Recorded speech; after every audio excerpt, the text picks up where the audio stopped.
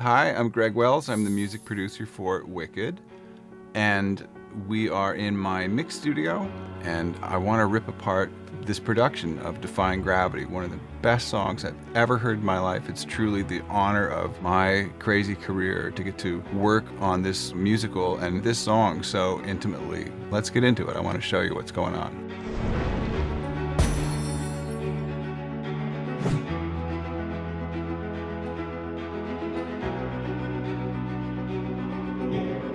I doubt it's ever been done better, technically, the capture of live vocals on a set. When I got hired, the only two cast members that had already been hired were Cynthia and Ariana. And it's no secret that they are both total powerhouse vocalists. And if there was ever anybody that could stand in front of a camera in any kind of situation on a set and pull it off with total authenticity and authority, it's them. Most of my career has been as a record producer, and I know that if you're trying to go for something that sounds great, you've always got to go to the source. The source itself has to be the best sounding thing you can get. Those two sources, it doesn't really get better than that. Every version of Wicked prior to this movie has been with a live pit orchestra, which is really, you're physically limited by the size of where they have enough room to put an orchestra, which is usually 14 to 19 people. But we realized that we were making a movie here, and we could make it sound like an old vaudeville ensemble if we wanted to, which we did for some of the Jeff Goldblum, The Wizard stuff on Sentimental Man. We could make it sound like a full-on raging pop band if we wanted to. We could make it sound like a 90-piece orchestra, which it is a 90-piece orchestra.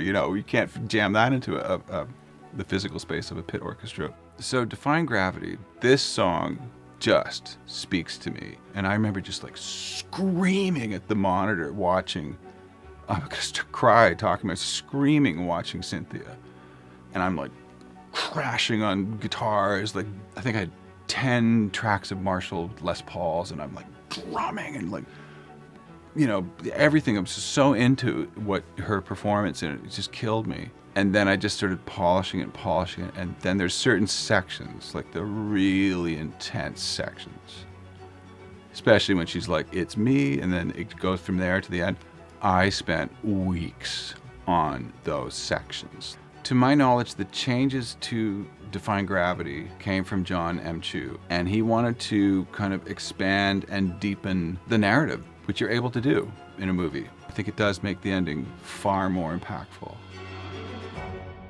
So I've opened the most recently saved Pro Tools session of the final mix of Defying Gravity. This is what's on the soundtrack album, and this is basically exactly what's in the film. I really can't think of any other way to get this job done than in a piece of software like Pro Tools. It can kind of handle whatever you throw at it. There are so many tracks. I have not even counted how many tracks there are.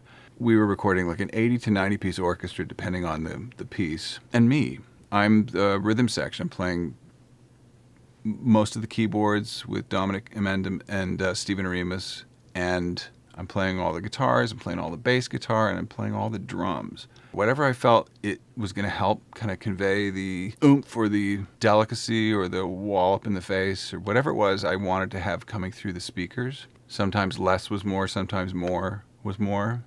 For most of the guitar parts, because it was a recording and not a live pit orchestra in a theater, I decided to double all the guitar parts because I could, just to have it feel a bit more record-y, for lack of a better word. Sometimes I would triple them. In the case of this one, where she, after she sings, "It's me," and then basically tells the wizard to go take a hike, there's just a wall of multiple guitars, distorted bass, maybe double, maybe triple tracked, this old Fender 6, which is a 6-string bass. Let's just go straight there.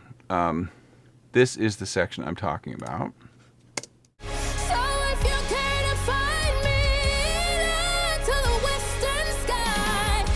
So I have the guitar tracks in front of me. I just want to start listening to some of what happened there.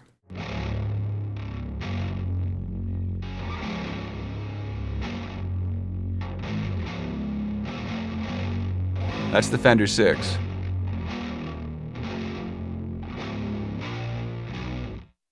all floppy and totally out of tune. Listen to this next part.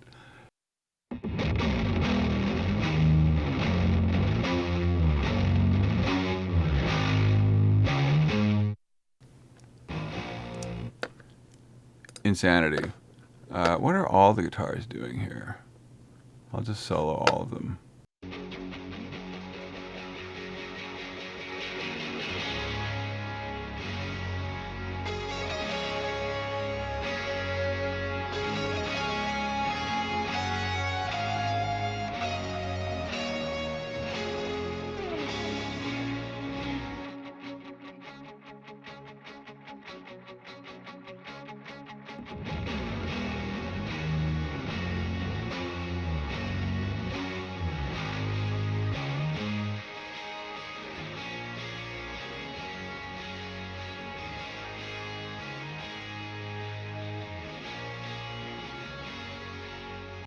And the other heavy bit that I love is when she's like,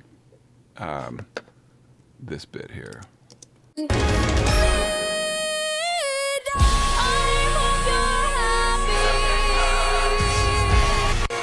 Another really fun thing I love that I really chased and had a lot of fun with is this section. And leave, it's time to try to find. It's one of the best keyboard lines I've ever heard. And then really chasing that and trying to make it speak the way I wanted it to. Let's see if I can.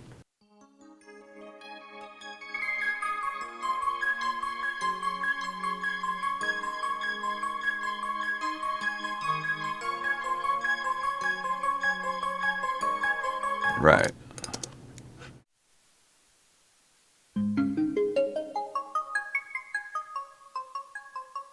Lots of layering.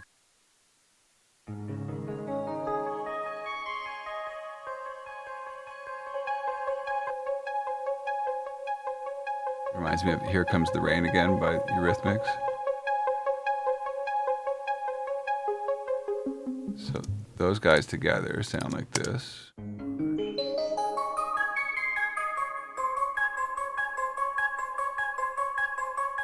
Blended with this keyboard part.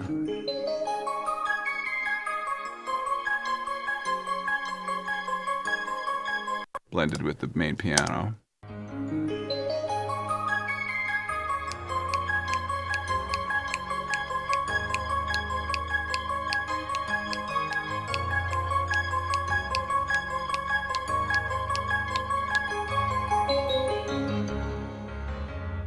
Such great writing. Such great writing.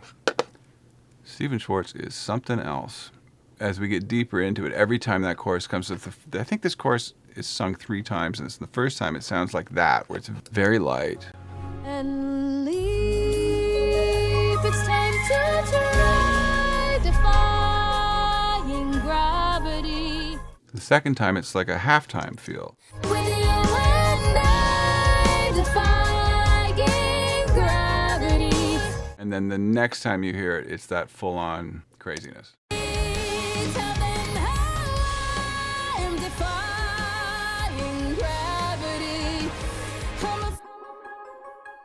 And those guys are still there.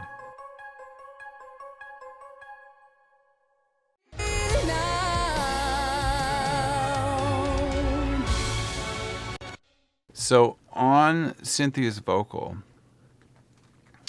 I have 4 different effects that I bring in and out. There's quite a lot going on, especially in the big sections where she's really, really projecting, really belting out and having to cut through a huge melee of sound. Something I learned a long time ago when working with the great heavy rock producer Terry Date, who's constantly having to deal with singers cutting over a massive wall of sound. He taught me the importance of a very slight kind of harmonizer thing, which is not a new concept, but basically it just took the pitch down 6 cents on one side and up 6 cents on the other side, and just blend that in, and how that allows the vocal to just kind of float in front of a massive raging track. So I'm constantly using that whenever things get big for either one of the lead actors in this movie. I never ever want to notice it. If we get to like this, it's me. I'm guessing everything's firing at that point. It's me. So if you care to find me, look to the western sky. Has someone told me lately, everyone deserves a chance to fly. And, you know, the thing that I have always loved about Pro Tools is, in particular, this is where the Pro Tools software really, really shines, and for me just dominates. It's the ease of being creative in the technical space. It's just so easy for me to set up routing like this. It's so easy. This is a really complex mixing template that I've got. Percussion low, percussion high, toms, the rest of the drums, which would include overheads and room mics, and probably hi-hat mic as well. I have one for transition-y sounds. There's bass, there's piano, keys 1, synth 2, guitar 1, guitar 2, guitar 3, woodwinds, brass, strings, miscellaneous 1, who knows, miscellaneous 2, lead vocal 1, lead vocal effects. That's Cynthia, that's Ariana, Elphaba, and Glinda. And that's the ensemble, a few different ensemble tracks. Lots of stuff going on. And then I started doing this thing where I route all the instruments to a music VCA bus and all the vocals to a vocal bus. And that is really handy too, in case you just need a general macro rebalance in a certain section. All of that comes to this VCA. I call these like the submixes. And that gets sent to here for monitoring and for stereo bouncing. And then, I guess it's not in this session, but typically I would then have stems that, like audio tracks ready to go, that would record the output of each one of these mix buses. I could do this for 10 hours and not get sick of it. But thank you very much for indulging me and getting into it. I feel like I just scratched the surface of the surface of the surface. I hope you get into it. I hope this helped inspire. It certainly inspires me. We're about to get into movie 2 right now, which also has amazing music in it, and I can't wait to sink our collective teeth into it.